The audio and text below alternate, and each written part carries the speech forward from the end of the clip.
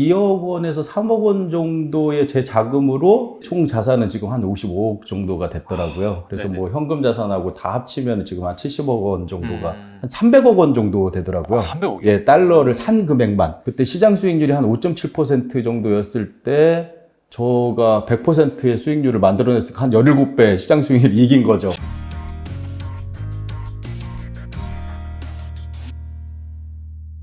박성현 작가님 모셨습니다. 안녕하세요. 네, 반갑습니다. 네, 네, 반갑습니다. 제가 꼭 모시고 싶었는데 예. 아무튼 기대가 됩니다. 간단하게 물론 예. 좀 유명하시긴 하시지만 그래도 제가 이제 딱 보니까 뭐 달러 투자뿐만 아니라 주식도 하셨고 예, 부동산도 하셨고 상당히 오랫동안 이렇게 예, 투자를 예. 하셨더라고요. 그래서 약간 좀 생소한 분들을 위해서 예, 좀 예. 어떻게 또 이렇게 또 투자를 하시게 됐는지 소개 예, 좀 예. 부탁드립니다. 예, 저는 경제적 자유를 찾아서라는 필명으로 네네. 예, 뭐 인터넷에서 글도 쓰고요. 음. 그리고 책도 지었고 네네. 그리고 투자도 하고 있는 박성현이라고 합니다. 네. 예, 반갑습니다. 제가 네. 한 18년 정도 어감이 뭐 안 좋기는 하죠.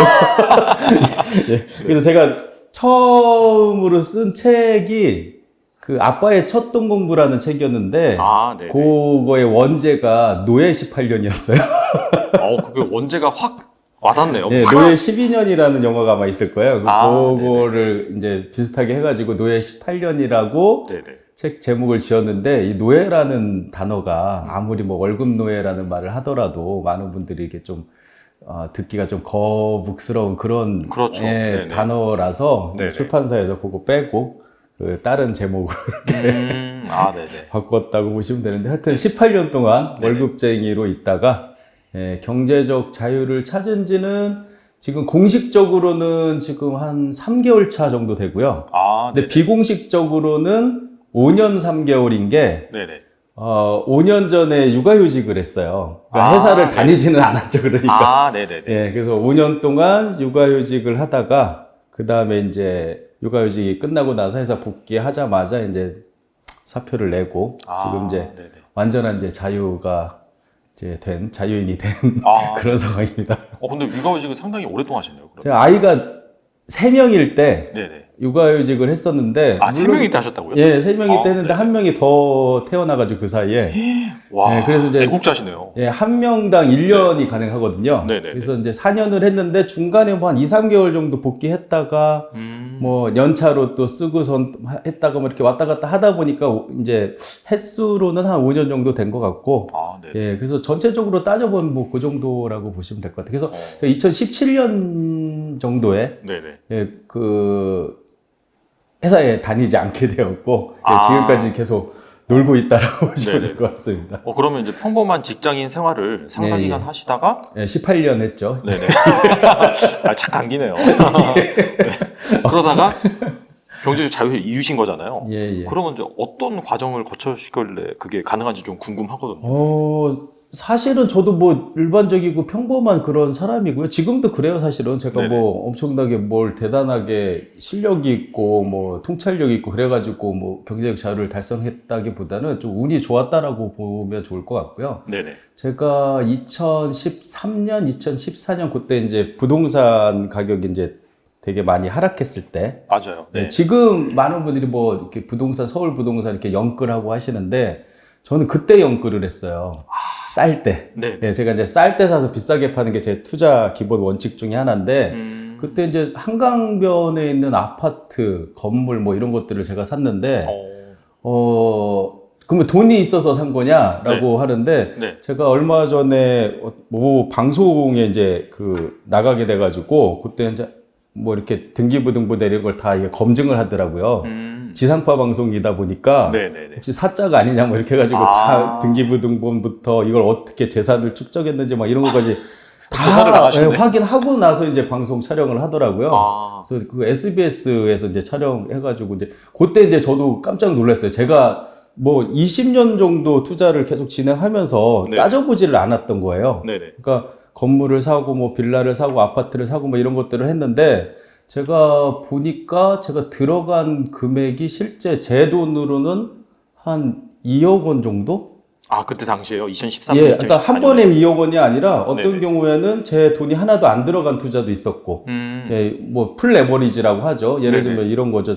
한 70%는 은행권에 대출을 받고, 네네. 30%는 그 신용 대출을 받고, 아. 그렇게 해서 산 아파트가 뭐 3배, 4배 오르고 뭐 이런 구조가 된 거예요. 그래서 네네네. 제가 다 따져보니까 한 2억 원에서 3억 원 정도의 제 자금으로 이게 이제 한 번에 진행된 건 아니에요. 20년에 네네. 걸쳐서. 네네네.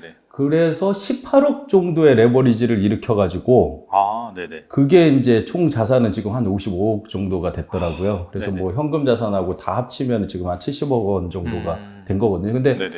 제가 2017년도에 육아휴직을 시작했을 때 사실 그게 이제 계획된 게 아니라 우리 이제 살다 보면 이렇게 회사에서 섭섭한 일이 생기잖아요. 아, 그렇죠. 예, 근데 저는 이제 그때 되게 많이 섭섭한 일이 있었어요. 그래가지고, 근데 제가 어떻게 보면 그 회사를 만들다시피 한 그런 어떤 제가 이제 투자도 유치하고 막 해가지고, 아, 네네. 한 50억 원 규모의 회사를 만들어가지고 이제 이 회사도 되게 잘 됐었거든요. 근데 이제 소위 말하면 이제 낙하산이 이제 떨어지면서 섭섭한 마음에, 근데 내가 만든 회사인데 그만둘 수는 없잖아요. 그렇죠. 예, 그래서, 이 섭섭한 마음을 그냥 보낼 수는 없고, 좀 쉬자라고 생각을 했어요. 근데 네네. 그 쉬겠다라는 마음도 사실은 믿는 구석이 있어야 되잖아요. 그렇죠. 근데 그 믿는 구석이 바로 이제 제가 부동산 투자해 놓은 13년, 14년도 그때쯤에 좀 집중적으로 투자를 해서 그때 아파트 몇 개하고 건물하고 이렇게 한강변에 있는 그걸 이제 샀으니까 네네. 그게 이제 가치가 한 2배 정도 올랐을 때였어요. 2017년도 그때쯤이. 아, 네네. 그래서 믿는 구석이 있고, 그렇죠. 그리고 나서 섭섭한 마음도 있으니까 그럼 쉬자라고 해서 이제 육아휴직을 시작을 한 건데, 물론 이제 아이들하고 좀 시간도 보내고 싶다라는 마음도 있었고, 네네. 그런데 휴직을 하자마자 이제 시련이 닥쳤죠.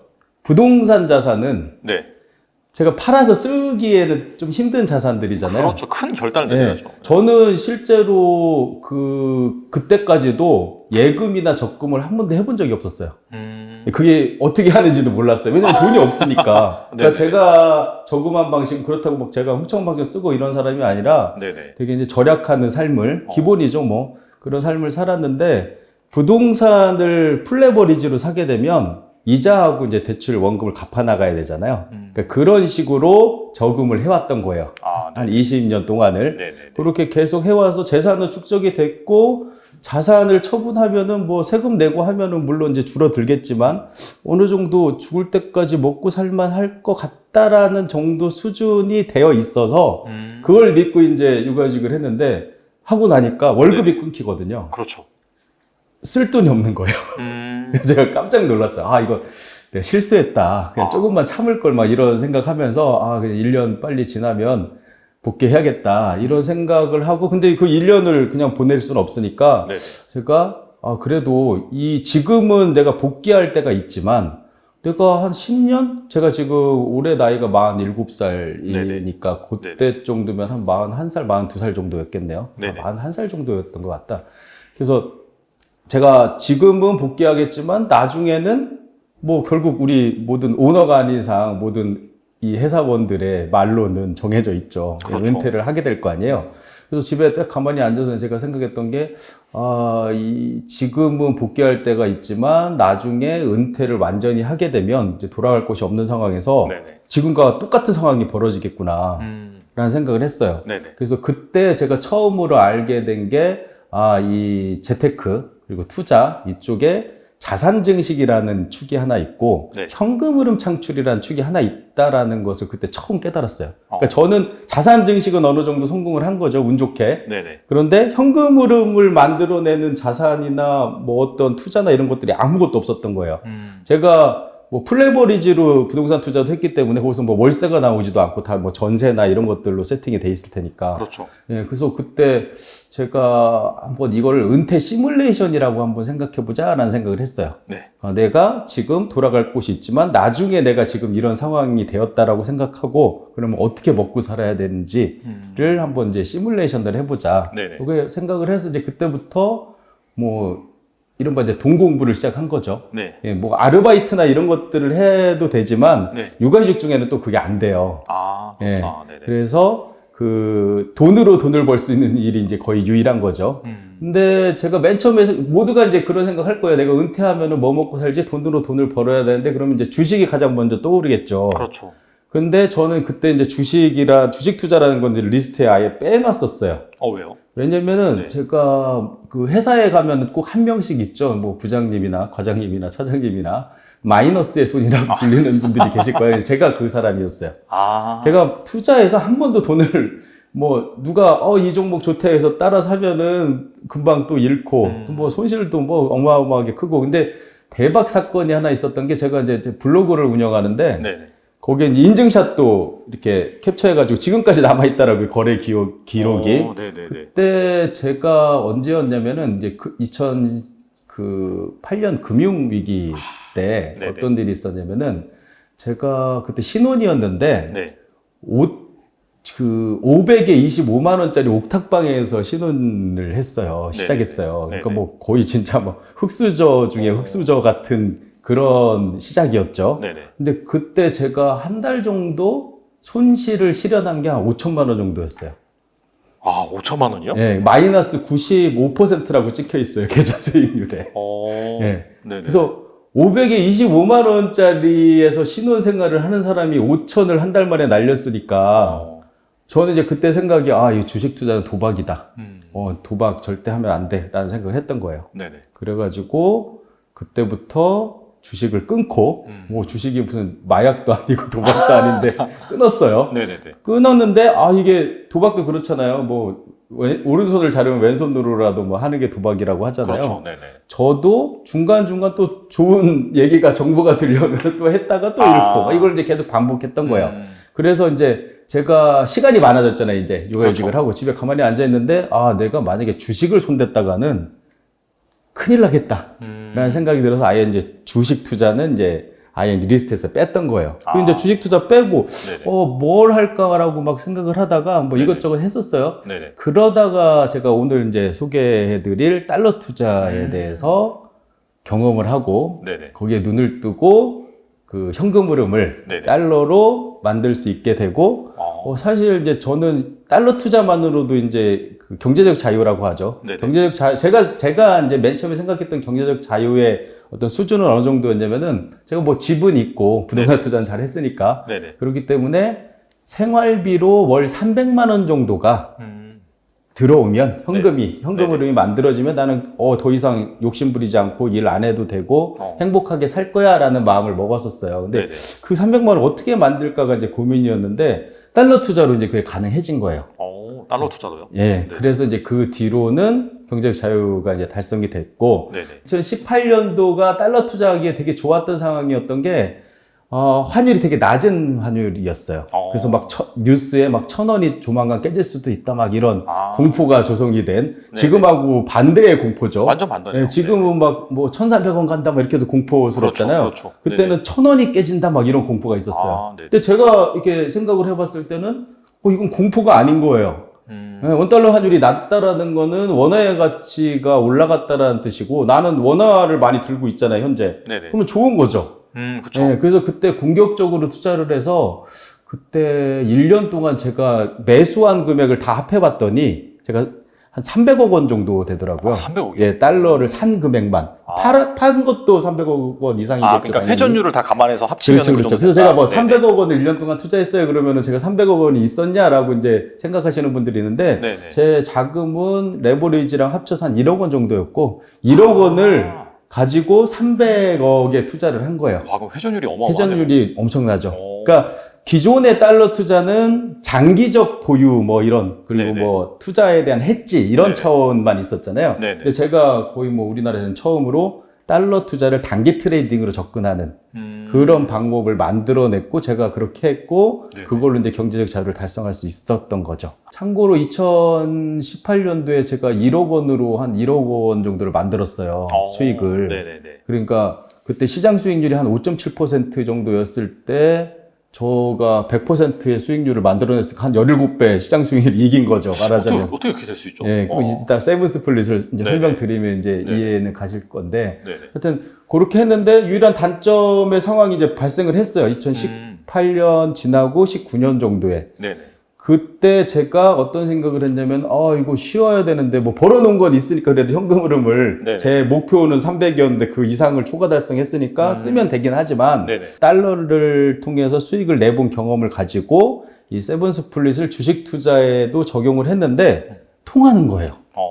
예. 그때부터 주식 투자로도 돈을 벌 수 있게 됐어요. 예. 그래서 제가 제 블로그에도 아예 제가 세븐 스플릿 투자 시스템이라는 그 방법으로, 제가 재작년 11월 1일 정도에, 지금 네네. 딱 이 시점이 되게 맞는 게, 네. 지금 주가가 재작년 11월 수준으로 떨어져 있더라고요. 지금. 맞아요. 딱 그 정도예요. 예, 딱 그 정도 되더라고요. 근데 그때 제가 1억 원을 가지고 세븐 스플릿 투자 시스템에 대한 이제 책도 제가 이제 나오기는 했는데, 책만 보고는 또 이제 이해되지 않는 분들이 많이 계시더라고요. 그래서 네네네. 제가 직접 어떻게 사고 파는지를 보여드리겠습니다. 다 공개하겠습니다라고 얘기하고, 네네. 진짜 이론 단위 하나까지, 그리고 제가 실제로 거래를 하면은 한 30초 이내로 그냥 다 공개해버려요.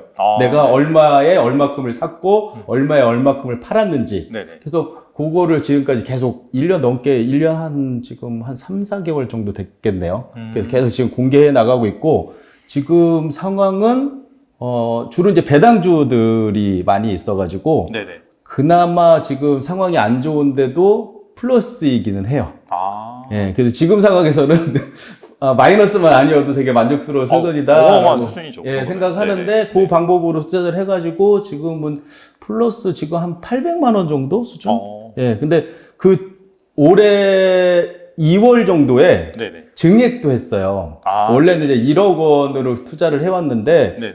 이 분할 매수 분할 매도법은 주가가 내려야지 추가 투자금을 이제 투입하는 방식이거든요. 그래서 제가 1억으로 한다고는 했지만 실제 자금은 한 4천만 원 정도? 평잔이라고 하죠. 그렇죠. 예, 네네. 1년 동안 4천만 원 정도로 투자가 진행이 됐었고, 근데 이제 최근에 이제 주가가 급락하면서 네. 투자금을 이제 더 넣었고, 그래서 2억까지 증액을 해놨는데, 네네. 실제 지금은 한 1억 3천만 원 정도만 들어가 있어요.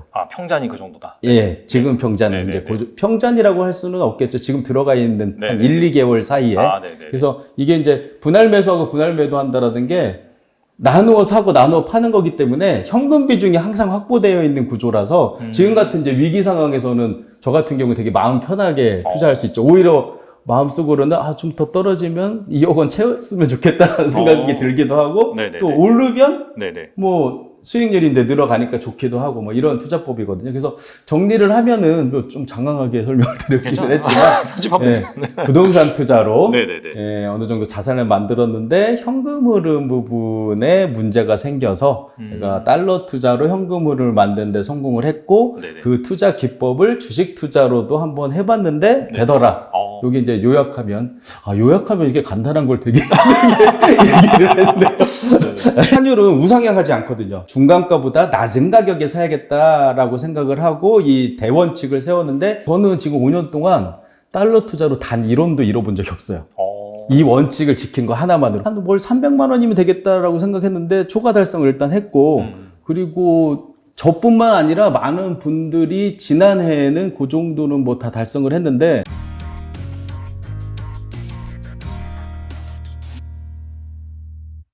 중요한 알맹이들을 중간중간에 잘 말씀해 주셔서 예, 그러면 이제 순서대로 좀 짚고 넘어갈게요. 일단 달러 투자를 2018년도에 이제 본격적으로 실시를 하셔가지고 2017년 정확하게는 말경부터 시작을 했어요. 말경. 네, 그래서 그때 이제 깜짝 놀랐어요. 제가 어떻게 달러 투자를 했는데 돈이 생기지? 달러를 샀다 팔았는데 돈이 생기지? 저도 이제 깜짝 놀랐던 그렇죠. 게 시작이었거든요. 알겠습니다. 그러면은 이 달러 투자를 할 때 앞서서 말씀해 주신 그 부분이 1,200원 이상이면은 팔고 1,200원 미치면은 사도 된다. 약간 그게 이제 기준점인 것 같아요. 그리고 이제 그 기준점을 또 이제 중심으로 해서 세븐 스플릿이라고 해서 이제 나눠 사거나 그렇죠. 그렇게 하는 거잖아요. 일단 그 기준점을 1,200원으로 설정하신 게 좀 궁금하긴 하거든요. 이게 제가 달러 투자를 처음 시작한 거를 말씀을 드리면은, 제가 어떤 외국의 어떤 일을 도모하려고 $10,000 정도를 환전을 해야 되는 일이 있었어요. 근데 보통 우리 여행 가면은 뭐 한 100만 원, 200만 원 이렇게 크게 그렇죠. 하더라도 그 정도 수준인데 $10,000면 1,000만 원이 넘는 돈이니까 되게 큰 돈이잖아요. 맞아요. 그러니까 그냥 기존에 했던 방식으로 환전을 하려고 했더니 수수료가 너무 비싼 거예요. 아. 그래서 제가 이제 은행마다 다 이렇게 찾아가지고 수수료를 가장 아낄 수 있는 데를 찾았는데 스프레드 1.75%에 90% 환전 수수료 우대율을 해주는 은행이 있더라고요. 이게 이제 최고예요, 참고로. 네네네. 거기에서 그 환전을 하면은 여러분들 이제 환전 수수료가 근데 달러 투자할 때 비싸다고 생각하시는데 현금으로 달러 투자하실 경우에는 사고 팔 때 이 기준 환율이 있고 살 때 가격은 뭐 얼마고 팔 때 가격은 얼마 이렇게 나눠져 있잖아요. 스프레드가 엄청 크잖아요. 예, 스프레드가 1.75%니까 엄청 큰 거죠. 그죠? 전체 합하면 3.5%죠. 아유, 너무 근데 90% 환전 수수료 우대를 해준다라는 말은 3.5%가 0.35%로 바뀌는 거예요. 아, 네. 그러면 0.35%면 우리 주식 거래 수수료하고 세금 더한 거 정도밖에 안 그쵸, 되잖아요. 그 정도죠. 근데 이제 달러 투자 환차익은 또 세금이 없으니까 그냥 주식 투자하고 비슷한 수준이라고 네네. 봐도 돼요. 네네. 현금인 경우에. 근데 조금 이따 설명드리겠지만 전시환인 경우에는 한 0.1%밖에 안 돼요. 전시환이요? 예, 이제 현찰 달러로 투자하는 방법이 있고 전신환이라는 일종의 숫자로만 된 달러로 투자하는 방법이 있는데 우리가 증권사에서 네네. 그 해외 주식 투자할 때 환전하잖아요. 그렇죠. 그게 이제 전신환이라고 보시면 되는데 그거는 0.1%니까 주식 거래 수수료의 3분의 1이죠. 그러니까 주식으로도 단타를 할 수 있다면 네네. 달러로도 단타가 가능하다라는 게 이 수수료 문제가 크잖아요. 단타, 네네. 단기 트레이딩 하려면. 그렇죠, 그렇죠. 근데 전혀 문제가 없는 거죠, 일단은. 아, 그러면은 이 증권사 MTS를 통해서 환전을 해서 그 달러 투자를 하면은 수수료를 가장 싸게 할 수 있는 그렇죠, 방법이겠네요. 그렇죠. 그렇죠. 근데 제가 처음에 투자할 때는 그런 건 몰랐으니까 네네. 현금 또 이제 외국 갖고 나가야 되니까 네네. 현찰을 달러 투자를 했는데 원래는 35% 하면 그냥 1,000만 원에 1,000원이라고 이 생각을 하면은 네네. 수수료가 35만 원인 거예요. 샀다 팔 똑같은 기준 환율에 샀다 그쵸, 팔면. 그쵸. 그런데 90% 환전 수수료 우대를 받았더니 35,000원인 거예요.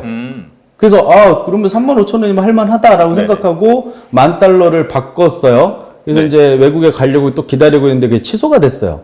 근데 보통 우리가 여행 갈 때 100만 원, 200만 원 뭐 이렇게 환전해 놓은 거는 또 여행 갔다 와가지고 남은 거는 갖고 그렇죠. 있잖아요. 네네네. 뭐 저기 외화 예금에 이렇게 넣어 놓거나 재환전하면 이제 또 수수료가 또 들어가니까. 네. 근데 저는 이제 금액이 워낙 크고 제가 현금 흐름이 없는 그런 때였으니까 재환전을 어쩔 수 없이 했었어야 됐어요. 그래서 한 일주일 정도 지났나? 그래서 어쩔 수 없이 시작할 때 17,500원을 냈고, 네네. 또 다시 되팔면은 재환전하면 17,500원을 또 내야 되는 상황이었어요. 그런데 재환전을 하고 나니까 1,010만 원이 되는 거예요. 10만 원 정도가 늘어나 있는 거예요. 환율이 10원 정도가 올랐던 거예요. 그 한 네네. 일주일 사이에. 네네. 그래서 제가 돈이 입금된 걸 딱 보고, 아니, 수수료를 빼면 내가 1,000만 원을 환전을 했으면 35,000원이 줄어들어야 정상인데, 그렇죠. 10만 원 정도가 늘어났다라는 거죠. 그럼 정확하게는 한 13.5원 정도가 오른 거네요. 그죠? 그렇죠. 예. 네네. 그래서 이제 제가 신기하다. 나는 그냥 돈을 봐요. 한 번 바꾸고 두 번 바꿨을 뿐인데 돈이 늘어나네. 네네. 이걸로 투자를 할 수 있지 않을까라는 생각을 그때 처음 했어요. 그리고 나서 그때 이제 저환율 상황이고 약간 이제 질문 주셨던 그게 뭐냐면은 그래서 제가 그 일이 있은 다음에 달러 투자 한번 해봐야겠다 생각을 하고 전체 역대 차트를 갖다가 딱 이렇게 띄워놔 봤어요. 네네. 그랬더니 우리 이제 이 환율이라는 게 그 전에는 이제 고정환율제라고 환율이 고정돼 있다가 변동환율제로 바뀐 게 1970년대 이후거든요. 네네. 그러니까 역사가 뭐 이렇게 길지도 않아요. 그래서 1970년대부터 지금까지 딱 환율 차트를 보니까 가장 환율이 낮았을 때가 88년도인가 그때 뭐 3조 호황 뭐 이렇게 얘기하잖아요. 네네네. 그때가 한 800원, 700원 요 정도였고 진짜 쌌네요.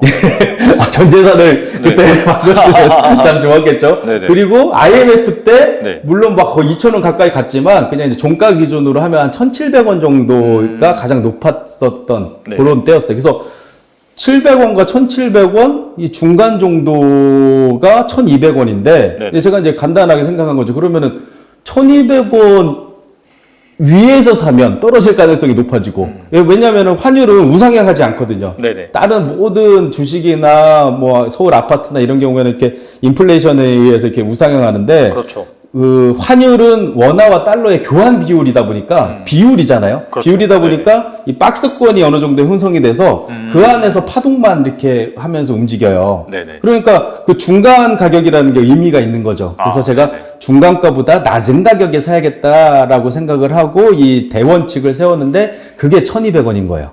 예. 그래서 뭐 큰 의미는 없어요. 지금까지 전쟁 나고 이러면은 사실은 1,300원도 싼 거야 이럴 수는 있어요. 근데 이제 제 투자 원칙이 그거고 그걸 지켜온 결과 제가 달러 투자한 지 한 5년 정도 됐는데 원래 이제 주식 투자하거나 부동산 투자도 아무리 뭐 원숭이도 나무에서 떨어진다고 잃을 때도 있고 얻을 때도 있고 그 합하면 이제 고소들은 얻는 그런 구조잖아요. 그렇죠. 네. 근데 저는 지금 5년 동안 달러 투자로 단 1원도 잃어본 적이 없어요. 이 원칙을 지킨 거 하나만으로. 근데 이미 증명이 됐잖아요. 이 원칙 지키면 이미 1,200원 이상 올라와 있으니까 잃지 않았다라는 건 확인이 됐고, 제가 또 이제 투자 원칙 중에 또 두 번째는 달러 투자 원칙의 두 번째는 손절매를 하지 않는다예요. 예, 손절매 절대 안 해요. 그러니까 1,200원 이하에서만 사고 손절매 안 하는 거 이 두 가지만 보고 지금 상황을 보면은 무조건 돈을 얻을 수밖에 없는 구조잖아요. 이런 구조 자체가. 예, 그래서 저는 사실은 장기 그 투자도 하고요. 달러를 가지고 단기 트레이딩도 같이 해요. 예, 그래서 지금 제가 단기 트레이딩으로 산 단기 투자용으로 산 달러는 분할 매수했을 거 아니에요. 아까 그 방법대로 분할 매수했고 분할 매도를 다 했어요. 달러가 하나도 없어. 단기 트레이딩용 달러는. 근데 장기 투자용 달러는 그대로 들고 있어요. 그래서 어제 최고 수익률을 맛봤죠, 일단. 근데 실현하지 않은 손실은 확정된 게 아니듯이 실현하지 않은 수익도 확정된 게 아니기 때문에 뭐 그렇게 좋지는 않아요. 저는 오히려 환율이 낮아가지고 단기 트레이딩을 많이 하는 게 수익률이 훨씬 크거든요. 아까 말씀드렸듯이 시장 수익률 5.7%인데 저는 100% 이상 달성했다고 했잖아요. 그게 단기 트레이딩이 주였거든요. 그러니까 저도 장기 투자용 달러는 그 해지용, 투자 해지용, 그리고 좀 우리나라가 이제 위기에 처했을 때, 지금 뭐 러시아 상황 보면은 러시아 막 은행 앞에 줄 서 있는 거 보고 하면은 여러분들이 달러 평소에 장기 투자용으로 어느 정도 확보해야 된다라는 거를 교훈적으로 아시면 좋을 것 같아요. 네, 그거는 그냥 그대로 어떤 해지용으로 장기용으로 갖고 있고, 저는 이제 단기 투자를 해야 되는데 지금 쉬고 있는 거죠. 못 해요. 그래서 제가 제 책 제목이 나는 주식 대신 달러를 산다인데, 저는 지금 나는 달러 대신 주식을 사고 있는 그런 상황이라고 보시면 될 것 같아요. 알겠습니다. 그러면 그 단기, 뭐 예를 들어서 달러를 투자할 수 있는 상황이다라고 한다면 단기랑 장기 비중은 한 어느 정도 나눠서 가져가세요? 비중은 사실 제가 단기 트레이딩 같은 경우에는 전체 자산에 뭐 얼마 정도를 투자하세요? 뭐 이런 질문도 많이 드는데, 저는 제가 이제 그 분할 매수, 분할 매도라는 그 투자 시스템을 세븐 스플릿이라고 이름을 지었어요. 그래서 7번 그 나누어 사고 7번 나누어 매도해라 뭐 이런 의미인데, 그건 이제 주식 투자 관련된 그 제 책이 있었는데 그 세븐 스플릿에 관한 책이었어요. 그 책을 소개할 때 세븐 스플릿이라는 어떤 이름이 만들어진 건데, 사실 달러 투자 같은 경우는 제가 700 스플릿도 가능합니다라는 얘기까지 해요. 그러니까 떨어지면 계속 사도 돼요.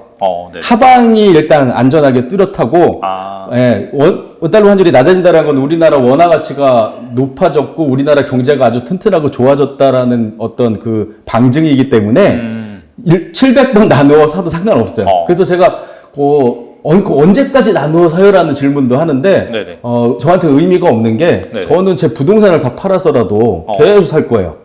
그래서 비중이라는 걸 어떻게 이렇게 둘 수가 없어요, 사실은. 이게 사다 보면은 확대되기도 하고 팔다 보면 또 줄어들기도 하니까. 제가 작년에 어떤 일이 있었냐면, 그 원달러 환율이 재작년에 코로나 때문에 한 1,300원 근처까지 올라갔었어요. 그때 저는 단기 투자용을 다 팔았겠죠. 팔고 나서 다시 이제 주가는 올랐는데, 그 원달러 환율이 다시 떨어지기 시작해가지고 1,080원 정도까지 떨어졌어요. 근데 저는 1,080원까지 떨어지는 사이에 계속 샀어요. 그래서 제가 이제 이것도 블로그에다 거의 제가 볼 땐 그 약간 과장을 더하면 한 5초 이내에 올리는데 제가 이렇게 쓰고 하는 것도 있을 테니까 거의 30초 이내에 제가 사자마자 얼마에 샀는지를 올려요. 그래서 제가 이제 넘버링도 하는데, 첫 번째 산 달러를 넘버원이라고 치고, 넘버원이 달러를 얼마에 샀습니다 이렇게 올려요, 실제로. 그래서 기록이 지금 다 남아있어요. 그래서 그때 제가 그 1160원인가 때부터 그때도 지금하고 비슷한 생각이었어요. 네네. 1200원 이하일 때 사세요. 네네. 지금 사지 마세요. 그리고 왜냐면은 원달러 환율이 오르면서 너도 나도 관심 없던 사람들도 막 이거 달러 지금이라도 사야 되는 거 아니야 막 이렇게 하거든요. 그렇죠. 그때 똑같았어요. 2년 전에도 계속 막 평소에는 관심 없던 사람들이 다 물어봐요. 막 달러 지금이라도 사야 되는 거 아니냐고. 아니 나는 1200원 이상에서는 안 사. 나한테 물어보지 마. 네네. 그래서 1200원 이하로 떨어졌어요 실제로. 근데 저는 1200원 이하에서도 안 샀어요. 네네. 왜냐면 제가 그 달러 투자 데이터라는 또 다른 이제 지표를 보는 게 있거든요. 그때 거기에 보니까 한 1160원 정도 때가 지금 달러 지수 대비해서 투자를 시작하기에 좋은 그런 상황이더라고요. 그래서 제가 저는 아직은 아닙니다라고 하다가 제가 1160원대 정도 됐을 때 드디어 넘버원이 달러를 샀습니다를 글을 딱 올렸어요. 그랬더니 이제 저하고 같이 달러 투자를 하시는 분들 제 책을 읽고 그분들이 저도 샀어요 막 하는 거예요. 그런데 1080원까지 떨어졌잖아요. 그렇죠. 예. 네. 1160원에 산 달러는 손실을 많이 입었겠죠. 그렇죠. 근데 그 사이에 제가 넘버 2가 샀습니다. 넘버 3가 샀습니다. 하다가 넘버 15까지 간 거예요. 그래서 넘버 15가 1080원에 딱 샀을 때도 올렸죠, 제가. 네네. 그러더니 댓글이 작가님, 저는 이번엔 좀 더 기다렸다가 살래요. 더 떨어질 것 같은 분위기였어요. 그렇죠. 네. 예. 근데 다시 반등해갖고 지금까지 왔잖아요.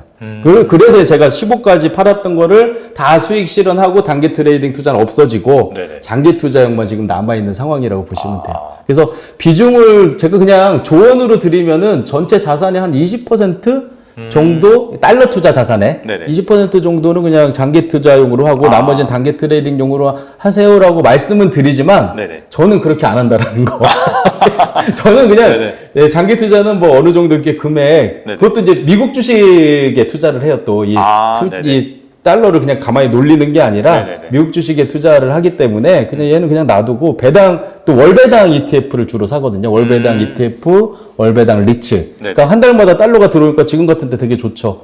예, 지금 계속 비싸게 팔 수 있죠. 그렇죠. 배당 받을 때마다. 네네네. 예, 그렇게 해놓고 단기 트레이딩용은 무제한이라고 얘기해요. 제 재산이. 그래서 어떤 분은 아니 작가님 뭐 그래도 부동산 자산도 있고 자산이 좀 있으니까 그렇게 계속 산다고 하는데 우리는 안 되잖아요 라고 말씀하시는데 돼요.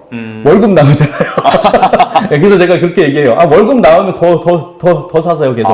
예, 원달러 환율이 떨어지는 거에 대해서는 전혀 두려워할 게 없다라는 게 이제 제가 달러 투자를 하면서 한 5년 넘게 하면서 그리고 아마 개인으로는 우리나라에서 가장 많은 금액을 투자를 했을 거예요. 예, 그런 경험을 통틀어서 말씀을 드리면은 원달러 환율이 떨어지는 건 우리나라 사람들 달러 투자자한테는 되게 좋은 상황이라서 예, 계속 사셔도 된다. 근데 이게 어떻게 보면 엄청나게 좋은 게 부동산 투자하는 사람 부동산 가격이 올라야 좋잖아요. 그렇죠. 주식 투자하는 사람도 주식이 올라야 좋잖아요. 근데 그렇죠. 달러 투자자는 달러를 투자했는데 그게 오르면 당연히 좋아요. 근데 내려도 좋아요. 왜요? 이런 구조가 나와요. 예. 그래서 제가 이거를 어떻게 표현하냐면은 저는 달러 투자자지만 동시에 원화 투자자이기도 합니다라는 얘기를 해요. 그러니까 교환 비율로 투자를 하다 보니까 이게 가능한 게 제가 하나 예를 들어 말씀드리면 제가 이제 시속 게임이라고 부르는데 내 전 자산, 그러니까 현금 자산이 만약에 2억 원이라고 해볼게요. 그리고 지금 원달러 환율이 그냥 1,000원이라고 할게요. 그러면은 이 2억 원 중에 반은 원화로 그냥 갖고 있고 반은 달러로 바꾸는 거예요. 그러면 1억 원과 10만 달러가 생기잖아요. 그렇죠. 근데 원달러 환율이 그냥 극단적으로 2,000원까지 딱 올랐어요. 2배. 그러면 내 자산은 이 10만 달러를 원화로 재환전을 하게 되면은 2억 원이 되잖아요. 900 올랐으니까. 그러면 내가 원래 갖고 있던 1억 원, 그리고 요 2억 원 합하면 3억 원이 되잖아요. 이거는 이해가 가시죠? 자산이 원달러 환율이 올랐으니까 는다. 반대로 한번 해볼게요. 내가 원화 투자자예요. 그런데 총 20만 달러를 갖고 있었어요. 미국 사람이라고 해볼게요, 그냥. 20만 달러 갖고 있었는데 10만 달러는 그냥 갖고 있고 나머지 10만 달러는 1억 원에 투자를 한 거예요. 그랬더니 원달러 환율이 1,000원에서 500원으로 2배 떨어진 거죠. 반토막이 난 거죠. 그러면은 내가 가지고 있던 1억 원으로 20만 달러를 살 수 있잖아요. 그렇죠. 그러면 총 자산은 30만 달러가 됐잖아요. 환율이 오르던 내리던 전체 자산의 액수는 증가하는 구조예요. 예. 그리고 이제 우리나라 사람들한테 원달러 환율이 떨어지는 게 좋은 거는 저도 그렇고 제가 이제 저의 그 투자 비중을 보면은 80% 정도 이상이 그 부동산으로 돼 있어요. 그렇죠. 근데 원화 베이스의 자산이잖아요. 그렇죠. 저 같은 경우에 원달러 환율이 오르면 가지고 있던 달러의 가치가 올라가고 좋긴 하죠. 네네. 근데 사실 전체적으로 따져보면 안 좋은 거죠. 제 아. 80% 이상의 원화 가치가 하락한 거니까. 네네네. 그래서 이 구조를 아시면은 원달러 환율이 떨어졌을 때 오히려 제 독자분들도 그렇고 제 블로그 가보시면은 원달러 환율 오늘 어제 비해서 한 10원 넘게 떨어졌거든요. 네네. 분위기 좋아요. 아. 예, 환율이 떨어지면 분위기가 좋고 오르면 수익은 얻었지만 뭔가 좀 아쉬운 기분 뭐 이런 게 들어요. 그래서 그 달러 투자의 가장 좋은 점 중 하나인데 오르든 떨어지든 수익을 낼 수가 있고 이 환율 예측의 신의 영역에 있다고 해요. 그렇죠. 제가 이제 되게 많은 금액을 오랫동안 달러 투자를 하다 보니까 많은 분들이 제가 원달러 환율을 이렇게 예측할 수 있다고 생각하시는데 제가 계속 얘기 드려요. 저는 전문가도 아니고 그리고 고수도 아니고 그냥 일반적이고 평범한 사람인데 경험은 좀 많이 한 경험자예요. 네네. 근데 경험자로서 말씀을 드리지만 그 원달러 환율을 이제 예측하는 거는 신의 영역에 있고 제가 한 5년 동안 투자를 해본 결과 그게 맞다. 그래서 제가 당장 1시간 후에 원달러 환율이 1원이 올라갈지 떨어질지도 전 예측 못해요. 안 해요, 그냥. 네네네. 예, 몰라요. 그냥 네. 오르면은 갖고 있던 거 팔고, 내리면 사고. 네. 근데 이 달러를 사고 판다라는 개념이 이제 철학적으로 약간 접근해 보면 또 신기한 게 내가 원화로 달러를 산다라는 건 달러 매수잖아요. 그렇죠. 근데 달러를 팔아서 원화를 사면은 달러를 매도한 거잖아요. 그렇죠. 근데 원화 입장에서 보면은 원화 매수를 한 거라고 볼 수 그렇죠. 정반대죠. 있잖아요. 네네. 네. 네. 그러니까 어떠한 상황에서도 매수가 되는 거예요. 그래서 저 같은 경우에 지금은 원화 그 단기 트레이딩은 원화 단기 트레이딩으로 스위칭된 상태인 거예요. 네. 저는 지금 원화를 다 들고 있고 네네. 원달러 환율이 떨어지면 수익인 거예요. 그러다가 그렇죠. 네. 많이 떨어졌다. 네네. 그러면은 원화의 가치가 올라갔다는 거잖아요. 그렇죠. 그러면은 달러로 수익 실현을 해버리는 거예요. 그런 개념으로 하면 오르든 떨어지든 계속 돈을 버는 구조가 나오거든요. 그래서 요 방식으로 제가 아까 말씀드렸듯이 달러 투자만으로도 경제적 자유를 이룰 수 있는 제가 한 300만 원이면 되겠다라고 생각했는데 초과 달성을 일단 했고 그리고 저뿐만 아니라 많은 분들이 지난해에는 그 정도는 뭐 다 달성을 했는데 제가 그 말씀드리면 한 100만 원 정도? 네네. 100만 원 정도, 월 100만 원 정도는 달러 투자 단기 트레이딩에서 얻는 게 그렇게 어렵지는 않다라고 저는 보거든요. 그래서 뭐 저는 이제 경험이 많으니까 좀 금액도 커지고 예전에는 제가 한 번 투자할 때 한 100만 원 정도 투자했었거든요. 네네네. 100만 원을 사고 한 5원 오르면 5천 원 벌고 그러면 좀 기다리면 다시 떨어지면 또 사고 뭐 이런 개념이었어요. 뭐 5천 원씩 계속 늘어나는 그런 구조였는데 네네. 저는 이제 실력이 늘었을 거 아니에요. 그렇죠. 경험 네네. 들고. 네네. 지금은 제가 최소 단위가 한 $10,000 정도예요. 1,000만 원 정도예요. 그러니까 5원만 올라도 5만 원 정도의 수익이 나오는 거고 네네네. 또 좀 많이 투자했을 때는 제가 한 번에 제가 제일 많이 샀던 게 한 $30만 까지도 사봤어요.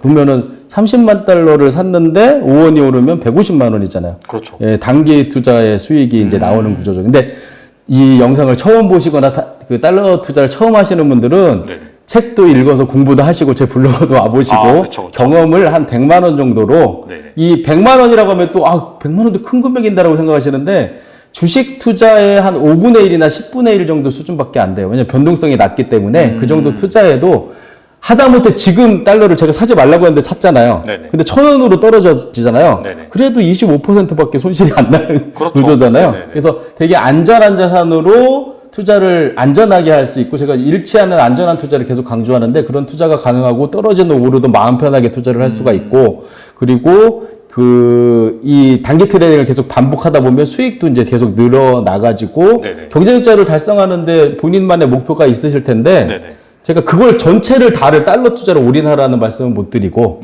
예, 예를 들면 이런 거죠. 주식 투자로 뭐 배당 받아갖고 한 100만 원 만들고 달러 투자로도 한 100만 원 만들고 뭐 제가 이제 요즘 노동 투자라는 말도 많이 하는데 뭐 블로그 해가지고 뭐 수익 100만 원 만들고 그리고 뭐 스마트 스토어 같은 거에서 100만 원 만들고 그러니까 사실 스마트 스토어로 월 500을 만든다라는 거는 진짜 고수의 반열에 올라야 되고 블로그도 마찬가지고 뭐 배당주도 큰 금액을 투자해야 되는데 100만 원 정도 수준은 다 가능하거든요. 조금 노력하면. 네. 그러면 이 4개가 모아지면 400인 거잖아요. 그러면 이제 그렇죠. 경제적 자유가 달성이 되는 그런 구조거든요. 그래서 제가 뭐 노동 투자, 자본 투자 이렇게 얘기하는데 그걸 이제 맞벌이 하는 구조를 만들어 보시라라고 얘기. 하루에 0.5%씩 30일을 했다라고 만약에 그냥 계산하기 좋게 하면은 15%잖아요. 한 달 수익률이 15%도 가능하다는 얘기예요. 처음 시작할 때 타이밍을 잡는 게 이 달러 투자 데이터를 참고하면 되는데 현재 달러 지수하고 대입을 하면은 적정 환율이라는 게 산출이 돼요.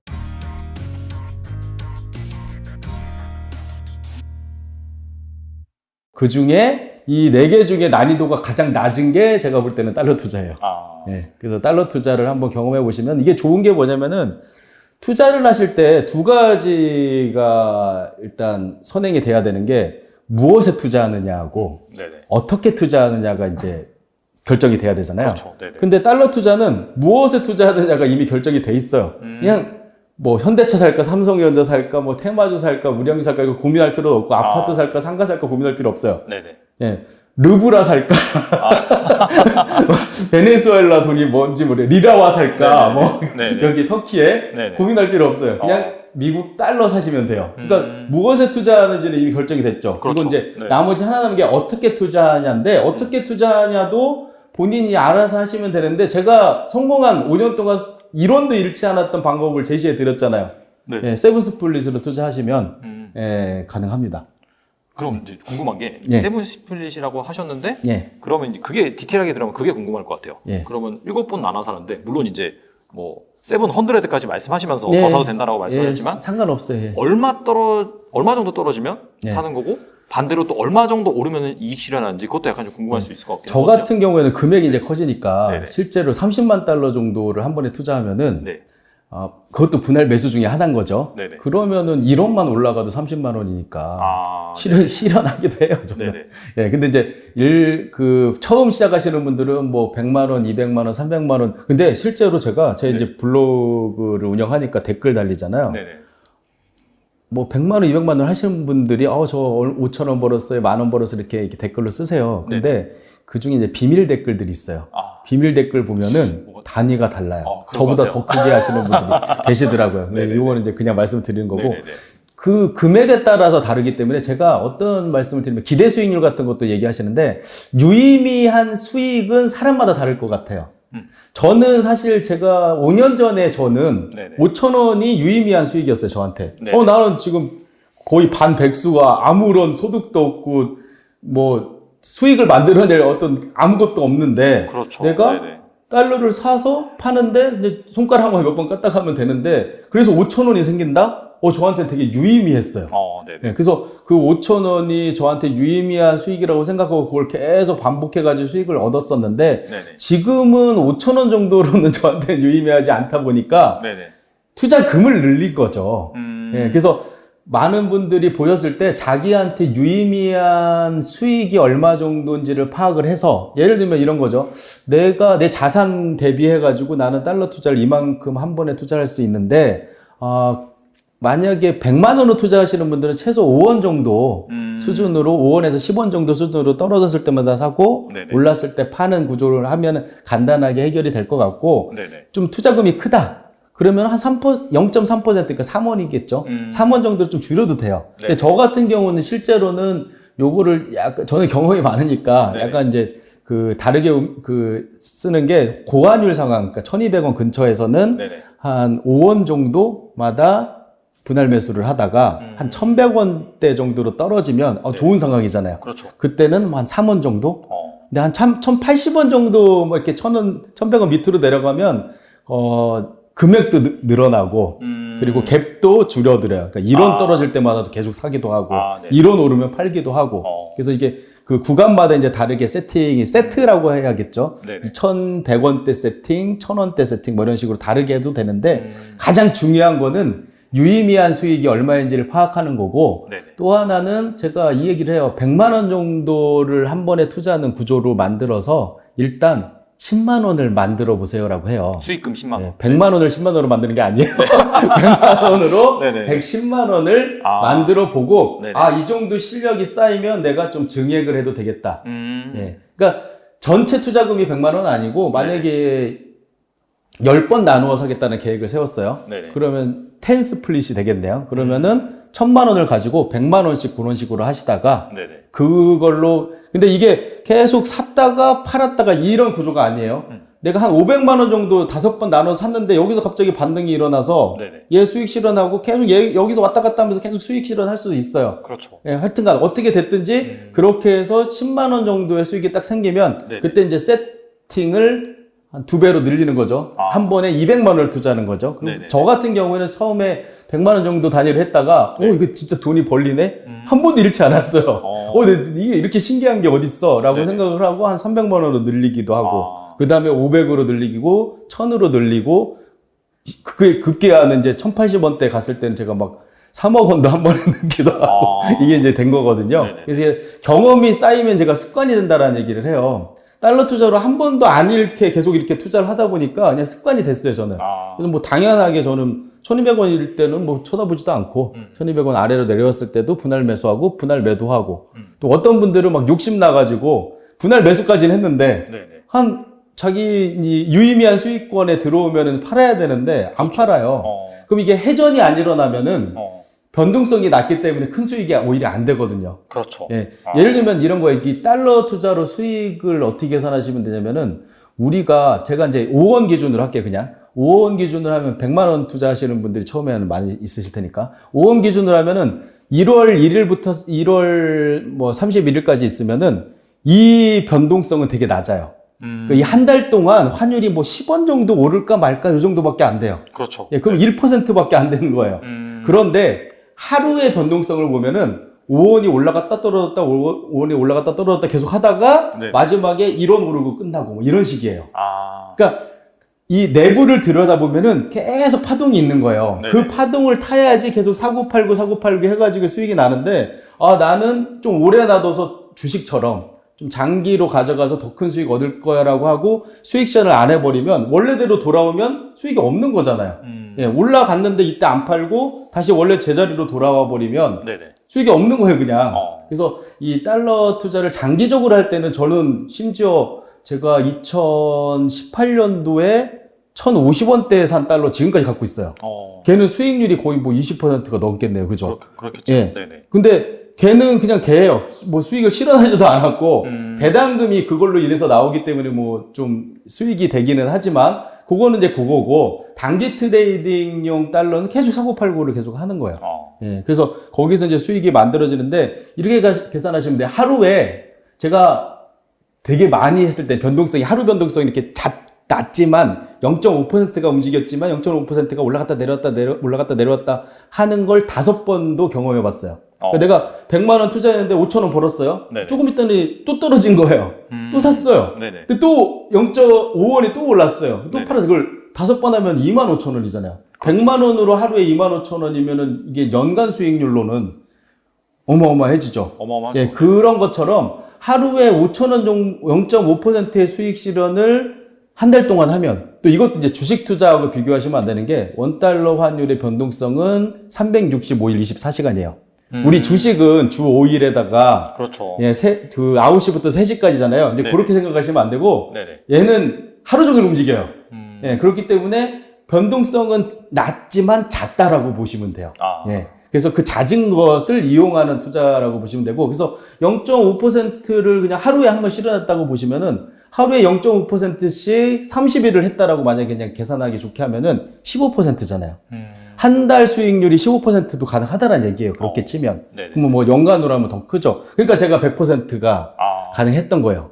예, 물론 분할 매수하기 때문에 네네. 제가 하루에 0.5%가 아니라 뭐 더 많은 수익을 얻기도 했지만 분할 매수한 거니까 이제 원래 원금 대비해서는 100% 정도 수준인데 네네. 사실 이 하나로 따지면은 수익률이 더 높을 수도 있었겠죠.